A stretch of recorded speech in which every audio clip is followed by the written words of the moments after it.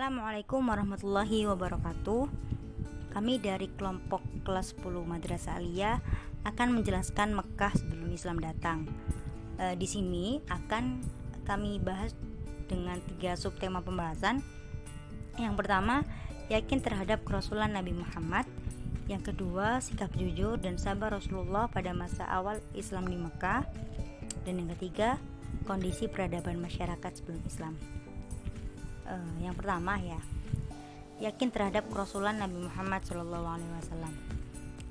Sudah dijelaskan di dalam surat Al-Anbiya ayat 107 yang berbunyi A'udzubillahi minasyaitonirrajim wa ma arsalnaka illa rahmatan lil alamin.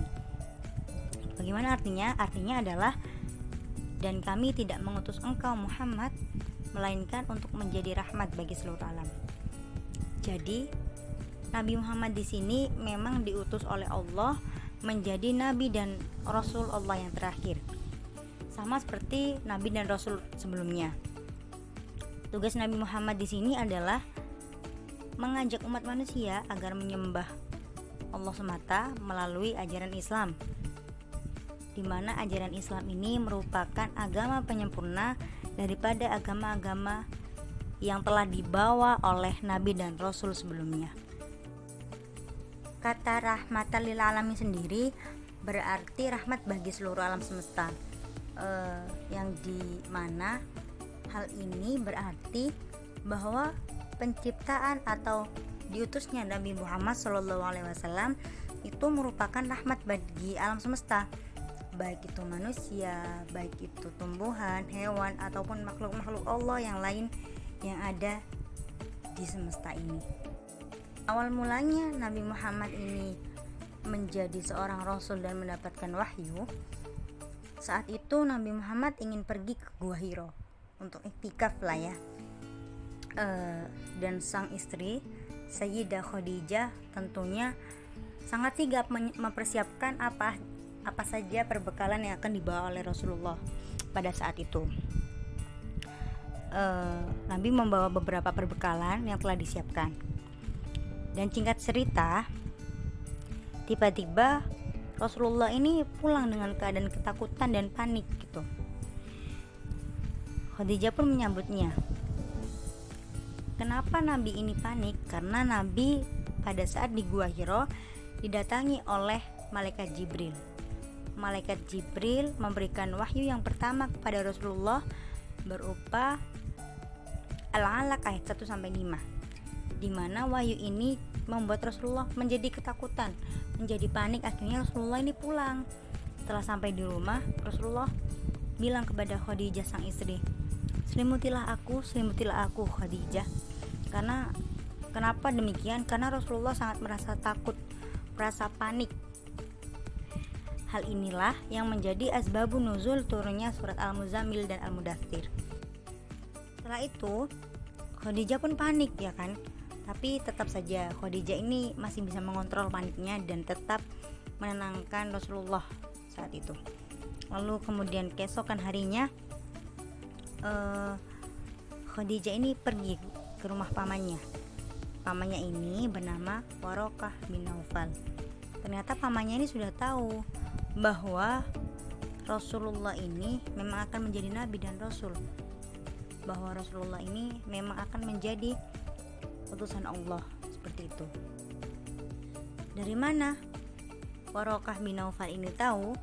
Warokah bin Naufal ini tahu bahwa Nabi akan menjadi seorang nabi dan rasul karena telah tertulis di dalam kitab Injil sebelumnya. Kemudian pembahasan yang kedua adalah sikap jujur dan sabar Rasulullah pada masa awal Islam di Mekah.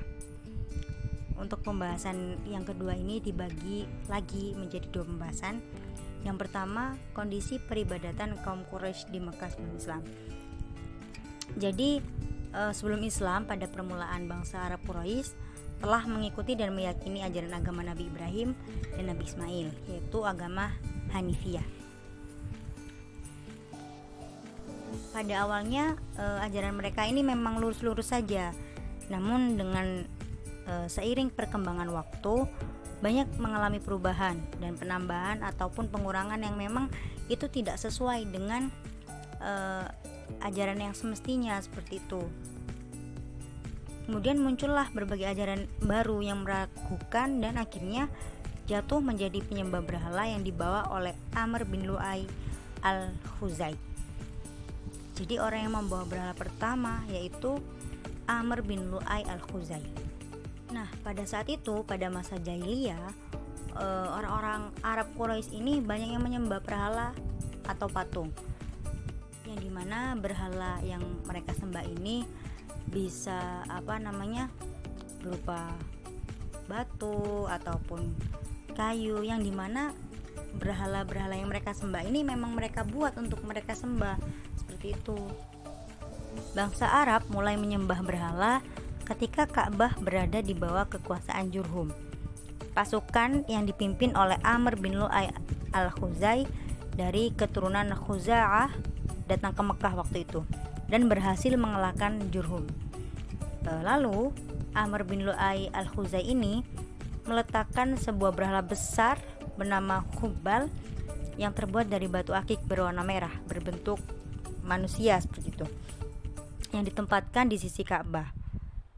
Lalu dia menyeru kepada penduduk Hijaz waktu itu supaya untuk menyembah berhala itu. Di samping itu banyak lagi berhala-berhala lain seperti Latta di Taif, lalu itu Uzza di Hijaz, di mana Uzza ini tempatnya kedudukannya sesudah Hubal, Manat di dekat kota Madinah, dan Manat ini dimuliakan oleh penduduk Yasrib. Selain menyembah para berhala dan patung, para penduduk Arab jahiliyah pada waktu itu sebelum Islam datang, mereka tuh melakukan banyak pemujaan. Di antaranya yang pertama, mereka menyembah malaikat. Di sana ada yang menyembah malaikat dan berhala. Di kota Mekah juga ada sebagian bangsa Arab yang menganggap bahwa malaikat itu adalah anak-anak Tuhan, putra-putri Tuhan.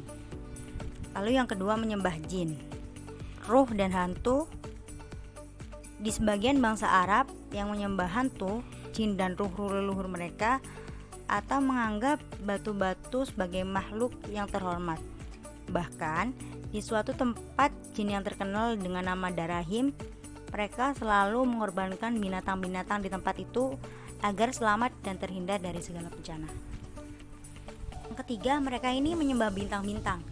Bintang-bintang yang dimaksud adalah seperti matahari, bulan, ataupun bintang sungguhan ya. Disebut bintang adalah segala sesuatu yang mengeluarkan cahaya pada malam hari. Mereka beranggapan bahwa bintang-bintang tersebut diberikan kekuasaan penuh oleh Tuhan untuk mengatur alam ini. Jadi mereka salah kaprah gitu. Mereka menganggap bahwa bintang ini mempunyai kekuasaan yang penuh, kekuasaan yang hebat. Jadi mereka menyembah bintang-bintang ini. Kemudian yang keempat, menyembah berhala. Sebagian bangsa Arab menyembah berhala atau arca-arca yang terbuat dari batu, kayu, dan logam yang mereka buat sendiri dan dengan selera mereka sendiri untuk kemudian mereka sembah. Jadi mereka ini berhalanya bikin sendiri dengan selera mereka sendiri, lalu mereka sembah-sembah sendiri. Lalu yang kelima, agama Yahudi dan Nasrani. Agama Yahudi mulai masuk ke Jazirah Arab tahun 1491 sebelum Masehi. Awal-awalnya di Mesir pada zaman Nabi Musa alaihissalam. Sedangkan agama Nasrani masuk ke Jazirah Arab kira-kira abad ke-41 Masehi. Agama Nasrani berkembang di Jazirah Arab karena mendapat bantuan dari kerajaan Romawi dan Habsyi. Sebelum Islam datang juga, orang-orang Arab Quraisy ini sangat percaya sekali terhadap tahayul, antara lain di dalam setiap perut orang ada ular. Jadi perasaan lapar itu, jika ada orang yang merasa lapar, itu timbul karena adanya ular dalam perut mereka. Begitu menurut kepercayaan orang-orang Quraisy jahiliyah pada saat itu. Lalu yang kedua, mereka biasa menggunakan cincin dari tembaga atau besi.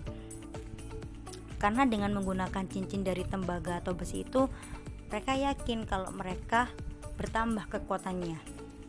Lalu yang ketiga, bila mereka mengharapkan turun hujan, mereka mengikatkan rumput kering pada ekor kambing. Jadi kalau mereka ingin sekali turun hujan, mereka mengikatkan rumput kering pada ekor kambing mereka gitu. Sikap Nabi Muhammad yang jujur dan sabar saat mengenalkan Islam di Mekah. Rasulullah merupakan orang yang gigih dan ulet dalam mendakwahkan ajaran agama Islam. Mula-mulanya, Rasulullah menyebarkan Islam dengan cara sembunyi-sembunyi. Tapi setelah umat Islam semakin banyak dan kuat, ia menyampaikan kebenaran Islam kepada masyarakat Arab dengan cara terang-terangan. Rasulullah sadar bahwa tugasnya adalah hanya menyampaikan kebenaran Islam, bukan menjadikan seseorang masuk Islam. Apakah orang tersebut masuk Islam atau tidak, itu bukan urusan Rasulullah lagi. Mengapa? Karena hidayah adalah urusan Allah semata. Ada yang langsung menerima ajaran Islam. Ada pula yang menolak mentah-mentah ajaran Islam yang didakwahkan Rasulullah. Lalu bagaimana sikap Rasulullah terhadap mereka yang menolak ajaran agama Islam? Salah satu yang menolak Islam terang-terangan adalah masyarakat Taif. Dalam riwayat, Rasulullah berada di Taif selama 10 hari. Selama itu pula, Rasulullah menemui elit atau tokoh masyarakat Taif, mengajaknya diskusi dan menyerunya masuk Islam. Tapi apa hasil? Mereka menyerukan masyarakat Taif untuk mengusir Rasulullah. Tidak sampai di situ, mereka juga mencaci maki dan melempari batu kepada Rasulullah. Sikap Rasulullah terhadap masyarakat Taif yang memusuhi dan menolaknya begitu bijak. Ia tidak sakit hati ataupun dendam. Bahkan Rasulullah mendoakan masyarakat Taif agar diberi petunjuk dan tidak mendapatkan azab dari Allah, sebagaimana umat-umat terdahulu yang langsung diazab manakala mereka menolak Nabi atau utusan Allah. Rasulullah berdoa, "Ya Allah, berikanlah petunjuk kepada umatku, dan janganlah Engkau mengazab mereka, sebab mereka berbuat seperti itu karena tidak mengetahui." Selanjutnya, kondisi peradaban masyarakat sebelum Islam. Keadaan sosial ekonomi masyarakat Arab sangat dipengaruhi oleh kondisi dan letak geografisnya. Bagian tengah Jazirah Arab terdiri dari tanah pegunungan yang tandus. Bangsa-bangsa Arab hidup berpindah-pindah, nomaden, karena tanahnya terdiri atas gurun pasir yang kering dan sangat sedikit turun hujan. Perpindahan mereka dari satu tempat ke tempat lain mengikuti tumbuhnya stepa atau padang rumput yang tumbuh secara alami di tanah Arab di sekitar oasis atau genangan air setelah turun hujan. Padang rumput diperlukan oleh bangsa Arab yang disebut juga Badawi, Badawah, Badui untuk menggembalakan ternak mereka berupa domba, unta, atau kuda sebagai bintang unggulannya. Masyarakat Arab yang tinggal di perkotaan biasanya mereka berdagang. Mereka dinamakan Ahlul Hadar. Kehidupan sosial ekonomi mereka sangat ditentukan oleh keahlian mereka dalam perdagangan. Oleh karena itu, bangsa Arab Quraisy sangat terkenal dalam dunia perdagangan. Di samping itu pula, bangsa Arab sebelum Islam juga telah mampu mengembangkan ilmu pengetahuan. Hal ini misalnya dapat dilihat dari berbagai ilmu pengetahuan yang berkembang di dalam kehidupan masyarakat Arab pada waktu itu. Bangsa Arab sebelum Islam terkenal pemberani di dalam membela pendirian. Mereka tidak mau mengubah pendirian serta tata cara hidup yang sudah menjadi kebiasaannya, tidak mau mengalah.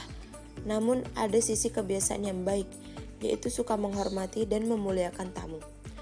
Moral dan perilaku sangat rusak sehingga mereka disebut kaum jahiliyah, yaitu kaum yang bodoh. Berjudi, minum minuman keras dilakukan secara bersama-sama, bahkan tak jarang mereka merampok sehingga sering menimbulkan peperangan antar suku. Di antara suku yang melakukan perbuatan keji yang tak berkemanusiaan itu adalah suku Bani Tamim dan suku Bani Asad. Dalam bidang bahasa dan seni bahasa, orang-orang Arab pada masa pra-Islam sangat maju. Bahasa mereka sangat indah dan kaya. Syair-syair mereka sangat banyak. Bahkan para penyair sangat dihormati. Di samping sebagai penyair, orang-orang Arab jahiliyah juga sangat fasih berpidato dengan bahasa yang indah dan bersemangat. para ahli pidato pada saat itu, mereka mendapat derajat yang tinggi seperti para penyair. Salah satu kelaziman dalam masyarakat Arab jahiliyah adalah mengadakan majelis atau nadwah sebagai sarana untuk mendeklamasikan sajak, bertanding pidato, menukar berita, dan lain sebagainya. Seperti Nadi Quraisy dan Darun Nadwah yang berdiri di samping Ka'bah sebagian dari nadwah mereka. Begitulah seorang ahli sejarah Islam, Ahmad Amin, seorang sejarawan Islam, memberi definisi tentang kata-kata Arab jahiliyah, yaitu orang-orang Arab sebelum Islam yang membengkang kepada kebenaran. Mereka terus melawan kebenaran sekalipun telah diketahui bahwa itu benar. Jadi, jahiliyah bukanlah jahil yang berarti bodoh.